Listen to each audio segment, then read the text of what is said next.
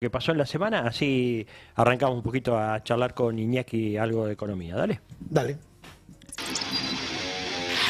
Otro de los datos brutales que publicó ayer el INDEC es la caída de la economía.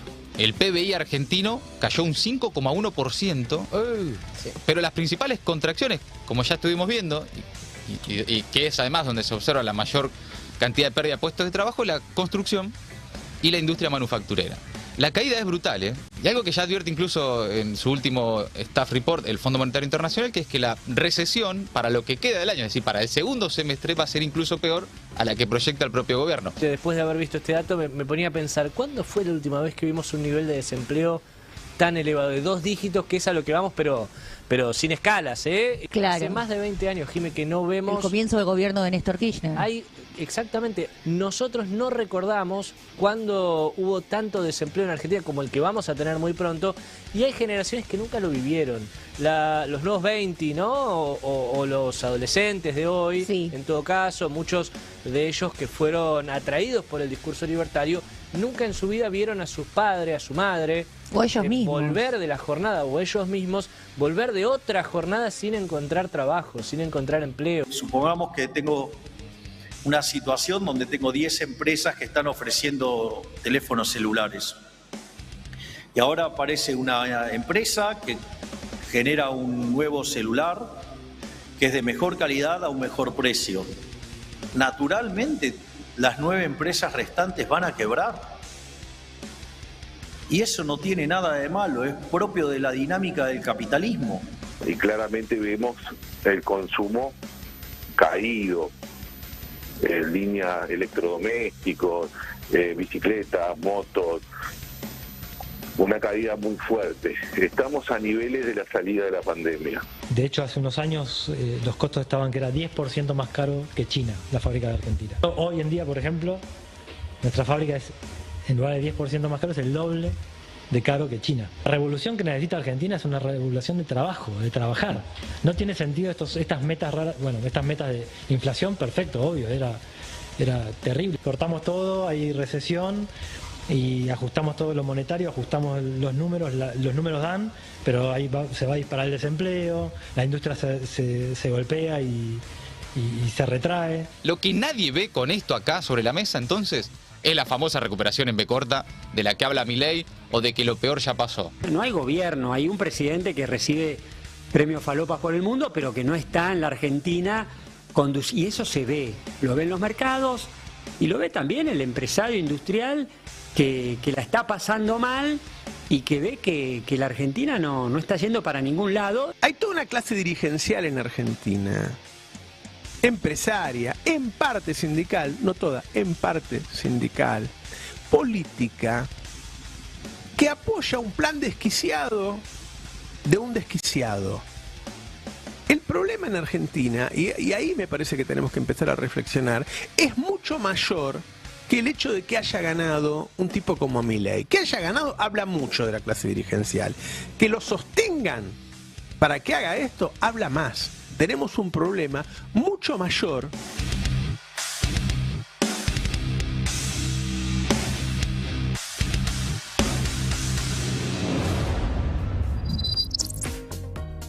Paula Rojo, buen día. ¿Cómo les va? Buen ¿Todo día bien? a todos y Bien. todas. Bien, Iñaki, bueno, ¿viste el informe sobre la economía? Bueno, contanos un poco qué es lo que encontraron ustedes. Vamos a entrar, a ingresar en los temas que tienen que ver con la economía doméstica. Bueno, primeramente lo que queríamos traer traje un par de filminas como para ir mostrando y que son bastante complementarias de lo que veíamos viniendo. ¿Sí? Me gusta la palabra filmina Sí, porque un me hace saludo a acordar a... Mina, claro. Viste que lo trajo de nuevo al recuerdo Alberto, Alberto, hablando de tema Ahora sí. Filmina, le mandamos. Después ponemos Lito Nevia, así Y ya está. Ay, Listo, cerramos ya todos. está. Estuvo bastante pandémico el tema de la... Muchas gracias. de la No de nada, filmina. Alberto. Bueno, sí, Iñaki, vamos con las filminas, ¿querés? Sí, sí. Dale. Quería ver si podíamos ir con la primer filmina exactamente. No sé si ahí pueden ver, bueno, la gente que está en la radio.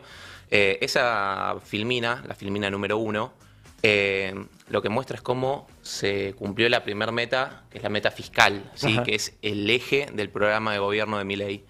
Ellos tenían, como pueden ir viendo, una meta que tenían que ir ajustando y la sobrecumplieron. La revisión de esta octava revisión es a marzo, ¿sí? Con datos a marzo. Nosotros ahora trajimos un par de datitos que son de abril y de mayo, como para ir contrastando de la economía real, ¿sí? Pero lo cumplieron de tal manera o lo sobrecumplieron, y eso el fondo sí lo reconoce, que fíjense lo que es la diferencia entre la barra azul, ¿sí? Que casi triplica. ¿Qué es la barra azul? ¿Cuál azul?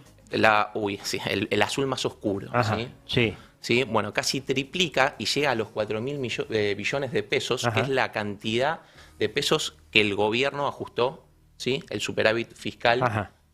Quiero ir a la entiendo. Filmina 2 y cómo lo logra, ¿no? Ajustando, si podemos mostrar exactamente esa que continúa. Fíjense cómo fue reduciendo el gasto. Estamos hablando de que durante todos estos meses el gobierno desde enero para acá estuvo ajustando el gasto 40, 38, 28,5, el último de los datos, 28,7, perdón.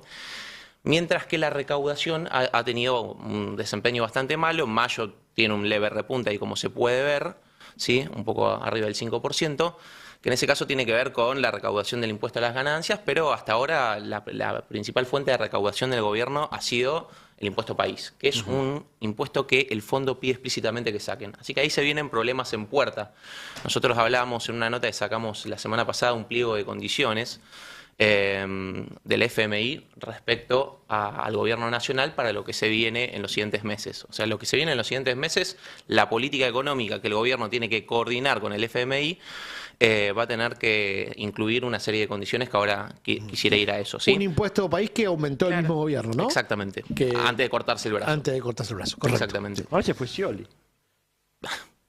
No, pero el que prometió cortarse era Milei, fue sí, Milei, tenés razón, perdón. Fue Milei. Un saludo. Varias veces. Bueno, en el informe del fondo quisiera destacar 2 o 3 cuestiones más, ¿no? Sí. Primero que hay uno de los datos salientes es, el fondo dice la inflación más o menos va a estar en un nivel del 4% para fin de año, por lo tanto, este ritmo de desinflación que viene llevando el gobierno, spoiler alert, en el mejor de los casos se va a mantener en estos niveles, ¿sí? En el segundo de los casos, el nivel de reservas, que lo hablaban hace un ratito acá en el programa, no va a haber grandes variaciones. Los precios internacionales no están acompañando demasiado, la liquidación de reservas tampoco por parte del sector agropecuario. Y por último, la caída del PBI, ¿sí? Que para fin de año corrigieron, tenían una estimación original de una caída del 2,75%, ahora es 3,5% lo que piensan que va a ser todo el año, ¿sí? Y ahí yo había traído otra filmina, otro gráfico, ¿sí? Que quería ver si podíamos mostrar, que es la filmina número 5. Bien. A ver si podemos... la 5. Sí. Vamos para adelante. Exactamente. Sí. Bueno, no sé si se llega a distinguir, sí, pero lo que se puede ver ahí era ese gráfico que mostraban recién en el video. Ustedes mostraban el gráfico original del INDEC, ¿sí? Ese gráfico del INDEC habla de la evolución del PBI de manera trimestral. El último trimestre cayó... El PBI es Producto Bruto Interno, es la plata que hay. Exacto. Sí, el nivel de actividad. El nivel de actividad, bien. Sí, exactamente. El primer trimestre del año, o sea, enero, febrero, marzo, caía del 5,1%. Y si vemos en ese gráfico, lo que me gustaría traer más importante, diría yo, como verán, digamos, este gráfico viene de enero de 2016 para acá, ¿sí? Desde que empezó el gobierno de Macri para acá. Y la mayoría de los meses hubo caída del PBI. Claro, es verdad. ¿Sí? Ahora, fíjense que los niveles de caída que hubo fueron más agudos en algunos meses, o trimestres en realidad, perdón, en particular. 5,1% en este primer trimestre de 2024, 5,3% de caída en el segundo trimestre de 2023, contexto de sequía, o sea, es algo exógeno. Claro. Y después nos tenemos que retrotraer a la pandemia, que es esa caída bien fuerte que se encuentra en los primeros 3 trimestres. Exactamente, los primeros 3 trimestres de 2020. Está bien. Que es también un factor exógeno, es algo global. ¿Cuáles son los meses el periodo de anterior caída tan fuerte del PBI que no sea o por una sequía o por la pandemia? Los 2 últimos trimestres de 2018 en el contexto de acuerdo con el Fondo Monetario Internacional y el ajuste que exige el Fondo Monetario Internacional. O sea que acá el ajuste, ¿sí?, es de sesgo político. Así que nos parecía algo interesante para traer a colación. El problema es que esto tiene profundas consecuencias, ¿sí? Y acá quisiera pasar a la filmina o gráfico número 6. Milei se jacta de ser el ajuste más grande de la historia de la humanidad, ¿no? Lo dice todo el tiempo. Sí, en el informe un poquitito del Fondo Monetario medio que se lo ponen en cuestión. Claro, sí. Ahí hay unos ruiditos que hubo esta semana y que voy a cerrar con pero eso. Ellos tienen la necesidad todo el tiempo de decir es la ministra más grande de todos los tiempos, es el ajuste más grande de todo. Es como el bocón del barrio, ¿viste? Que necesita hacer alarde. Sí. Quisiera ir al gráfico número 6 porque de esto no se puede hacer alarde, ¿sí? Que acá ya estamos hablando de las consecuencias de este programa. Y el gráfico número 6 lo que muestra, ahí sí perfecto, es el aumento del índice de Gini, ¿sí? La desigualdad. ¿Del índice de? Gini. El índice de Gini es un indicador que se utiliza para observar la evolución de la desigualdad en la sociedad, ¿sí? Es un índice que va de 0 a 1. 1 es mayor desigualdad, 0 es menor desigualdad. Ahí va. ¿Sí? Como se puede ver, hay un salto enorme, ¿sí? en el primer trimestre de este año. Esto es la gente que se cae del sistema, ¿sí? Es la gente que deja fuera el programa económico de Milei y del Fondo Monetario Internacional, y que el Fondo Monetario Internacional advierte. O sea, en la propia revisión del Fondo Monetario Internacional dice, bueno, uno de los riesgos son las tensiones sociales que derivan de este programa de ajuste. No dejes de asistir a los más vulnerables. Por eso yo hacía hace un rato... ¿Eso lo dice quién? El Fondo Monetario. Las contradicciones que tiene el fondo es... Te pellizco, profe. Te pellizco. Bueno, pero por eso se mantiene la asignación universal por hijo y los programas, las transferencias de asignaciones son las que menos caídas tienen o las que inclusive en algunos casos tienen ejecución positiva respecto al año pasado, ejecución positiva real. Era un pedido del fondo, sí. decís. Sí, es simplemente para que no estalle. O sea, la sustentabilidad, el fondo aprendió de los... O sea, sí, el fondo la gente le importa hace las muy cosas poco. más, exactamente, pero el fondo aprendió. O sea, aprendió. Mínimamente tenés que asistir al último escalafón de la sociedad, no lo podés dejar caer. ¿Aprendió o se cubre a decir que, ¿no? Se cubre diciendo, bueno, no dejes a los vulnerables? En eso aprendió a decirlo. El tema es que si no sabe que les estalla. O sea, a ver, el caso más paradigmático es el de 2001. Claro. 2001, en nuestro caso, fue hasta ese momento uno de los mayores papelones internacionales del fondo, en la historia. O sea, no con la Argentina, no en América Latina, sino en la historia del Fondo Monetario Internacional, y que en ese caso les estalló en las manos, socialmente. Claro. Entonces ahí, esto que vemos en ese gráfico, que es el aumento de la desigualdad, es uno de los efectos que el fondo ya va rastreando y se guarda con esto. Me gustaría traer ahora el siguiente gráfico, es el gráfico número 7, que más o menos viene a confirmar y que viene bastante relacionado con este panorama, que es el aumento de la desocupación. Hace un ratito lo mencionaban, ¿sí? El gráfico número 7 permite ver el salto que hay en la desocupación, pero que todavía está en niveles que son inferiores a la prepandemia, pero es el nivel más alto posterior a la pandemia. Esto que vos marcabas recién, profe, respecto al gobierno anterior, que tenía una política donde, bueno, por lo menos el nivel de empleo venía subiendo, la tasa de empleo venía subiendo. Sí, igual el 7.7 es de 2 meses atrás. De marzo, ¿no? O sea, es foto vieja. No, exacto. Todavía. Porque no salieron los nuevos números, por eso. No salieron los nuevos números, eso es trimestral. Claro, ¿sí? por igual eso. ya se puede prever, o sea, Exacto. hay los indicadores de construcción, de industria, de capacidad instalada, todos dan mal. Traje ahí algunas cositas, pero que permiten prever que el nivel de ocupación Vamos no va... a 2 dígitos de una. Sí, no sé a qué nivel. No ahora, pero, no en los sí. próximos 3 meses, pero digo... Che, vos sabés que, perdón, tenemos ahí algunos datos de Milei, me gustaría compartirlos con Iñaki un poco, algunas declaraciones del presidente Milei que hizo. Son el 35, 36 y 37. Vamos a compartir alguno y vamos charlando un poquito con Iñaki mientras nos sigue contando un poco todo lo que tiene que ver con el fondo. Vamos a ver a Javier Milei, lo que dijo esta semana, escuchalo. Con mi jefe de asesores, el doctor Demian Reidel, estamos reescribiendo gran parte de la teoría económica para poder derivar optimalidad de Pareto, tanto estática como intertemporal, teniendo funciones de producción no convexas. Es decir, que si nos termina de salir bien, probablemente me den el Nobel de Economía junto a Demian, pero eso es parte de otra historia. Bien. ¿Estudiaste economía vos? No, sociología. Sociología. Sí, caí en la sociología. ¿Viste eso de Pareto y convexos? ¿Qué sé yo? No sabemos qué significará, pero bueno. A ver, yo creo que lo más importante ahí es políticamente. Él está jugando al académico y está de gira y de paseo internacionalmente. Y en esa gira está también tratando de ver si consigue inversores, pero no está teniendo demasiado. Hasta ahora no tiene mucha suerte. No está en la economía real, eso es lo... Ahora, a mí lo que me preocupa es, ¿y si me sale bien? ¿Qué dice? Dijo, ¿no? Y si me sale bien, me dan el Nobel de hola, Economía. nosotros En estamos principio en el si me sale bien.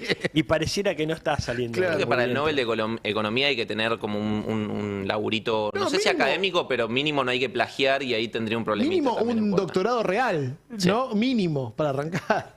Dame otro fragmento de Milei, por favor, dale. El intento desestabilizador, golpista y de romper el equilibrio fiscal por parte de ciertos grupos de la oposición, eso hizo que el precio de los bonos caiga. La contracara de cuando usted ve eso, como usted no compra todavía dólares de manera directa, porque todavía el mercado no está abierto, porque todavía tenemos algunos problemas importantes para resolver en el Banco Central, llámese los puts. Entonces, ¿qué pasa? Usted compra dólares de manera indirecta, lo hace vía bonos. Entonces sí, el dólar saltó, pero el dólar no saltó por un problema de índole monetaria o por un problema del mercado de cambio, sino que el dólar saltó porque se contaminó el precio de los bonos con el accionar de estos diputados irresponsables. Hay dos o tres cosas interesantes. Primero, me encantaría tener la autoestima que tiene Milei, ¿viste? Que Totalmente. se cree ganar el Sí. premio Nobel y qué sé yo, se cree. Pero yo no sé si es autoestima o si en realidad habla para la tribuna y está todo guionado. Porque vos sabés que a mí lo que me pasa a veces, me encuentro con gente que me dice, bueno, pero este tipo sí sabe de economía. Yo lo escucho y me parece que no sabe un porongo y que cuando veo... no se dice eso, perdón. Y que cuando veo la situación económica... Aparte no tiene sentido, no sabe un mate. No Sí, tiene un mate, sentido. un mate. Y cuando veo los resultados de la economía, veo que todo va para atrás. Entonces no me digo, ¿qué hablan? ¿Por qué creen que sabe algo? Si es evidente que no sabe. O sea, a mí me parece tan evidente que no sabe nada, es un chanta, miente, que lo único que está haciendo es ajustando a los más pobres, a la mayoría de la población y favoreciendo al 1%. O sea, es tan evidente todo eso que no puedo creer. Pero el tipo... O sea, es probable, todavía no me crucé con nadie, pero es probable que me cruce de nuevo con esos que me cruce y me dicen que sabe de economía y me digan, viste, ahora parece que le están por dar el Nobel. Y vos decís, ¿de qué hablan? ¿No? Se junta, viste cómo lo aplauden afuera. Y digo, ¿dónde lo aplauden? En Alemania lo recibió Fernando Iglesias. Sí, rascando la olla. O sea, no, Fernando Iglesias lo recibió en Alemania, ¿entendés? O sea, Milei venía otra vez con la misma ropa, Fernando Iglesias con la misma ropa. Era una imagen que emanaba olor.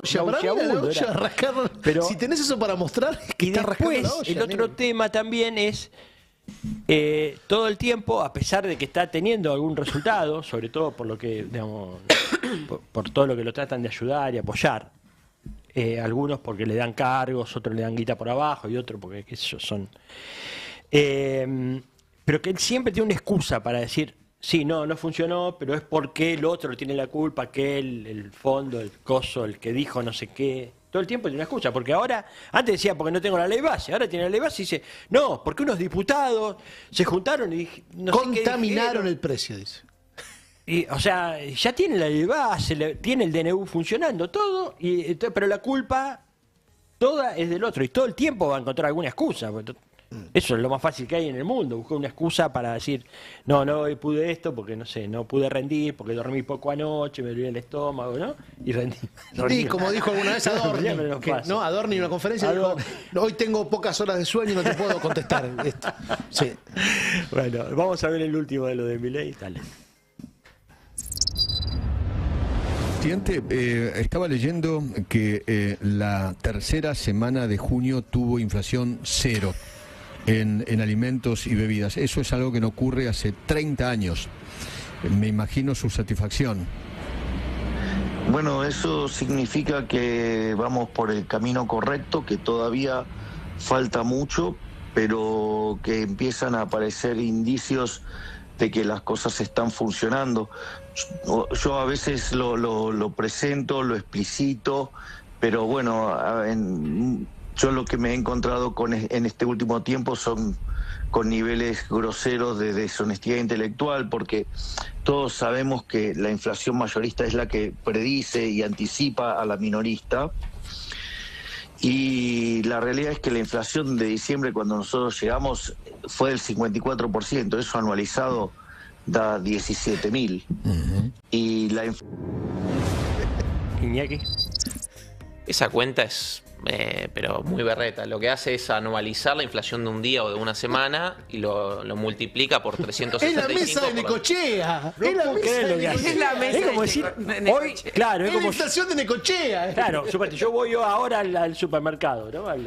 Sí. Acá hay un chino acá 30 metros. Voy y le digo, buen día, ¿qué tal? ¿Cómo le va? ¿Aumentó la leche hoy? No, anoto, no aumentó la leche. ¿Aumentó el jamón? No aumentó. Entonces salgo a la puerta y digo, no hay más inflación, no hay más inflación. Pero, ¿quién puede creer este tamaño de pavada que dice el presidente de la Nación? No se puede creer. Encima, el que lo entrevista le da el pie. Es una cosa increíble lo que hacen, ¿no? Pero bueno, está bien, qué sé yo.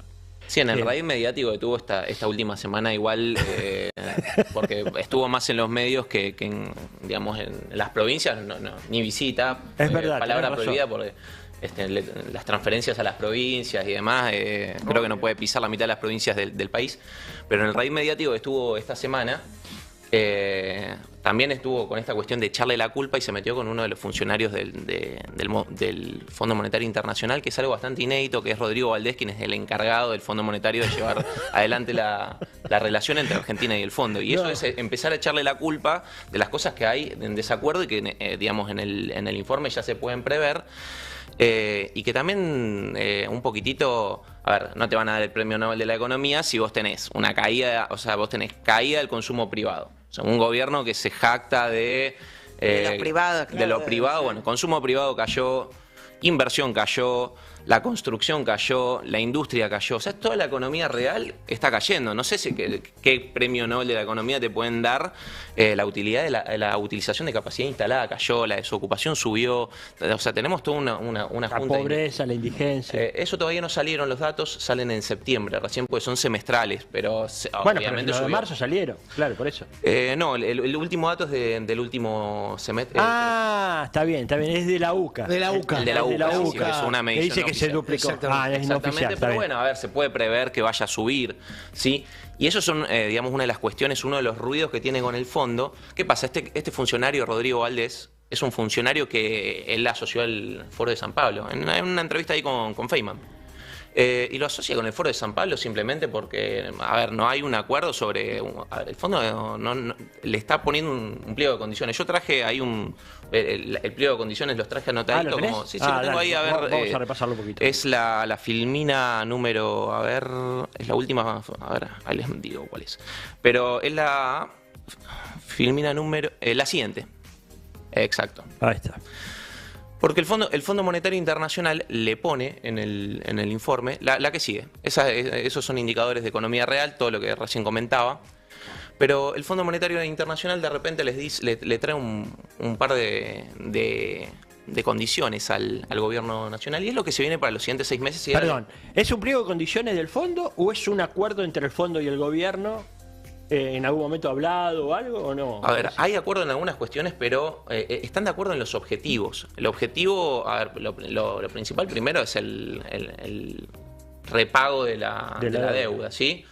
¿Cómo se va a lograr? Ajustando. El ajuste fiscal es el ancla que ha elegido este gobierno, ¿sí? Ha sido un ancla fiscal, que es esto que mostraba al principio, de cómo fueron ajustando todas las partidas de gastos. Pero después están algo en desacuerdo en la metodología, y ahí es donde está este ruido con este funcionario. Porque, ¿qué pasa?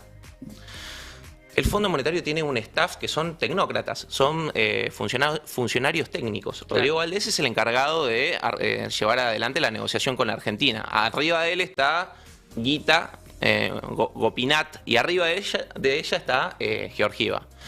Y arriba de todos ellos está el directorio, que son los países, que son los que toman realmente la decisión. ¿Pero qué le dice el staff técnico? Perdón. Y quiero decir, Rodrigo Valdés, digamos, es un funcionario del Fondo Monetario Internacional, es un tipo... Ultraortodoxo. Es un ultraortodoxo, es derecha. Pasa que él, como él está en la ultra derecha, digamos, casi. Lo que le dieron el premio en Alemania gran parte de los de ese partido, algunos están encarcelados por nazis, o sea, ¿no? Por declaraciones nazis, racistas, están en la ultra derecha, porque este funcionario Rodrigo Valdés es un ortodoxo, es un tipo de derecha, de la derecha clásica, liberal, por eso las críticas acá se le hacen Cavallo, Carlos Rodríguez, Melconiano, son todos derecha, no son socialistas del Foro San Pablo, ¿no? Así que Rodrigo Valdés es eso, él lo pasa que, por eso digo, ojo con el tema de las excusas, todo el día, entonces, si alguien le dice algo, le dice, no, lo que pasa que ese, no sé qué, que Putin, que los comunistas, que China, no sé qué, que... No, a ver, nadie Foro puede San Pablo. acusar al fondo de socialista, o sea, sería lo que falta en toda esta incoherencia, sería o que el fondo es comunista o es de la Internacional Comunista. Pero además es tan infantil que duele, o sea, tan infantil que te agarra la cabeza, porque obviamente vos siendo presidente no podés tirar todas tus ideas sin que haya tensión, es imposible. El tema es que creo que ahí hay también una diferencia ideológica y metodológica. A ver, en el Fondo Monetario ni Rothbard, no estoy hablando de los perros, estoy hablando de los economistas, ni Murray, ni Rothbard, ni Friedman, ni Hayek, ni Mises son la inspiración de Valdés y compañía. Ellos son ortodoxos, pero no tan ortodoxos. Claro. Y ahí No está son el ruido. marginales, porque esos son casi marginales. Exactamente. Bien, vamos a seguir repasando entonces el cuadro ese que trajo con las exigencias o el acuerdo del gobierno con el Fondo Monetario. Es el último cuadro que estábamos viendo y yo ahí lo distraje un poco. No, está perfecto, pues digamos viene a colación de lo que está sucediendo. A ver, lo primero que le dice el fondo y que me llama la atención es esta cuestión de, le está edulcorando el programa económico. Le dice, mira, podrías imitar, hay ejemplos en la región, tenés el ejemplo de Perú entre 1990 y 1994, el ejemplo de Israel, no le gustó, pues muy heterodoxo el ejemplo de Israel, o el de Brasil de 1994-2004. ¿Por qué no te inspirás en estos programas, en estos programas de estabilización para llevar adelante lo que se viene? Acá estamos hablando de qué es lo que se viene, por lo menos en los siguientes 6 meses, ¿sí? Y eso yo creo que ahí empiezan los ruidos y ahí está parte del enojo que existe con Rodrigo Valdés y que lo quieren correr del medio. O sea, trascendió en esta semana que Caputo lo quiere correr del medio porque le dicen, mira, anda un sendero de consolidación fiscal, subí un poquitito la recaudación, ¿sí? Los ingresos. Tenés que seguir bajando los gastos y encarar reformas estructurales. ¿Sí? Por eso les dice, mejorar la calidad del ajuste. ¿Y qué es mejorar la calidad del ajuste? Bueno, en ese análisis de la mejora de la calidad del ajuste, el fondo tampoco está exento de contradicciones, porque dice, bueno, primero, la ley bases contiene lo que ellos consideran un ajuste de mayor calidad, pese a que bajan ingresos brutos, que es un impuesto progresivo. Y que, bueno, la apuesta ahí es al blanqueo, ¿no? El RIGI, increíblemente el fondo le tira como un, mirá, en el RIGI hay incentivos que podrían ser mejor asignados. Eso me llamó la atención. Porque nosotros venimos insistiendo desde enero, que es un estatuto legal del coloniaje, desde los IPEX, y que el fondo ahí le marca, mirá, acá hay algunas cositas, y de acá en adelante, para los siguientes 6 meses, está esto que yo les traje ahora sí es una filmina. Fines de junio de 2024, eliminar el dólar blend, que es este esquema de liquidación diferencial 80-20. Bueno, ya no lo van a cumplir, ya Caputo anunció que no, tendrán que ahí ponerse a renegociar o a pedir algún tipo de waiver respecto a esta situación. Fines de julio de 2024, empezar a flexibilizar el control de cambios. Así que es básicamente la salida del cepo, empezar a encararla, pues a fin de año tiene que estar salido del cepo. En esto coinciden que quieren salir del cepo. El tema es que no están los fondos, no está la reserva, no hay ni nivel de reserva suficiente. Y ahí el fondo dice, bueno, a ver, también sujeto a cómo viene el contexto económico, fin de año eliminar el impuesto país. ¿Sí? Eso es clave para el fondo y se lo pone. A fin de año tiene que estar eliminado el impuesto país y ahí hay un problemón porque es el que está apuntalando las reservas y con esto está manteniendo cierta estabilidad. Ahí tiene un problema en puerta. Se cae IVA, se caen todos los impuestos, el que se mantiene más o menos es el impuesto país. No, y además ahora pone ganancia de nuevo, pero ganancias, ojo con eso, pues se va a judicializar. Ganancias. Totalmente. Sí. Yo no sé si van a poder, digamos, bienes personales, que es bajarle los impuestos a los ricos que estaban en el base, eso va a quedar. Nadie va a decir que no. Lo que renuncian de bienes bienes personales es casi equivalente en términos de recaudación a lo que compensan con ganancias. Igual, no es que va a haber una recaudación a partir de ganancias. IVA capaz que pueden mejorar bastante con el tarifazo. Eso, con las tarifas energéticas pueden recaudar bastante con el IVA y el fondo ya lo advierte. Y ahí yo tengo los siguientes puntos. Octubre, reforma tributaria, previsional y de régimen de coparticipación. Tienen que presentar un proyecto, ¿sí? Un borrador. O sea que ya se va a venir en las discusiones de los siguientes meses, preparémonos en la agenda, para que en los siguientes meses, si sigue este equipo económico, presente ante el Congreso una modificación en el régimen de coparticipación. En el régimen previsional, el fondo dice rechazar la moratoria, ¿sí? La moratoria, por favor, no puede pasar porque es un gasto que ellos no están de acuerdo. Esas contradicciones, dice, bueno, cuidar a los más vulnerables, rechazar la moratoria. ¿Qué pasa? Y lo siguiente que pone, dice, profundice... Lo que pasa es que sabe que el ajuste, para hacerlo, tenés que tocar sí o sí las jubilaciones. Exactamente, ¿no? Y ahí está, bueno, el fondo dice, mejorar la calidad del ajuste, ¿sí? Y distribuir mejor los costos del ajuste. Guarda, que eso no le gusta a Milei. Pero por otro lado dice... Pagá la camisa. Exactamente, pagá la camisa, eso es una de las cuestiones que advierte. Nosotros, digamos, es algo que venimos advirtiendo hace bastante. Y después dice, subsidios a energía, transporte, agua... tenés que seguir avanzando en un esquema de recorte de subsidios. ¿Qué es esto, digamos, sobre las casas, sobre los comercios, ¿sí? Los niveles medios y bajos de la población, que en los siguientes meses se van a venir nuevos aumentos en sus tarifas? Y esto al gobierno le hace un poco de ruido, por eso viene atrasando algunos. O sea, por ejemplo, en abril atrasó, mayo atrasó, en junio, para que se apruebe la revisión del fondo, tuvo que aprobar a fines de mayo y a principios de junio un aumento tarifario que nosotros sacamos ahí un trabajito muy bueno desde el sectores energéticos, nuestro grupo de trabajo de sectores energéticos. Y después, por último, bueno, subir la tasa de interés, esa es una clásica, es ABC, Fondo Monetario Internacional, desde que se fundó. Y ahí yo dejo al fondo, al final de esta filmina, esta cuestión, salir del cepo, ¿no? Y acá se presenta un entrevero para el gobierno. El gobierno necesita nuevos desembolsos. Esto es lo que salió a hacer, esta gira que salió a hacer Milei, que incluye la visita a Alemania, donde lo recibe Fernando Iglesias. ¿Por qué va a Alemania también, no? En Alemania quería ver si se podía reunir con Scholz. Scholz, dentro del directorio de... Scholz es el primer ministro, el canciller de Alemania, ¿sí? Alemania es uno de los países más importantes dentro del directorio del fondo. Ya hace un ratito hablaba del directorio, es la máxima jerarquía. El más importante de todos es Estados Unidos. El segundo en términos de insistencia, sobre todo respecto al ajuste fiscal, siempre es históricamente Alemania. Bueno, fíjense que ahí, digamos, no logró demasiado apoyo en su visita a Alemania. Se terminó reuniendo con esta gente marginal. ¿Por qué? Porque está en búsqueda de nuevos desembolsos del fondo. O sea, el gobierno estima que necesita 8.000, 10.000 y si puede un poquitito más, 8.000, 10.000 millones de dólares para salir del cepo. Y ahí, ¿qué viene primero? ¿El huevo o la gallina? Sería la analogía común. Yo digo el huevo o la serpiente, porque este es un animal más peligroso que una gallina y además se arrastra bastante, ¿no? Por eso digo el huevo o la serpiente, no solamente para hacer una analogía con estos anarcolibertarios. Porque, ¿qué sucede? El Fondo Monetario Internacional, al fin y al cabo, priman intereses geopolíticos y geoeconómicos. Yo recién decía, Estados Unidos es el país más importante ahí dentro. El gobierno tiene una relación un tanto contradictoria con Estados Unidos, por ejemplo.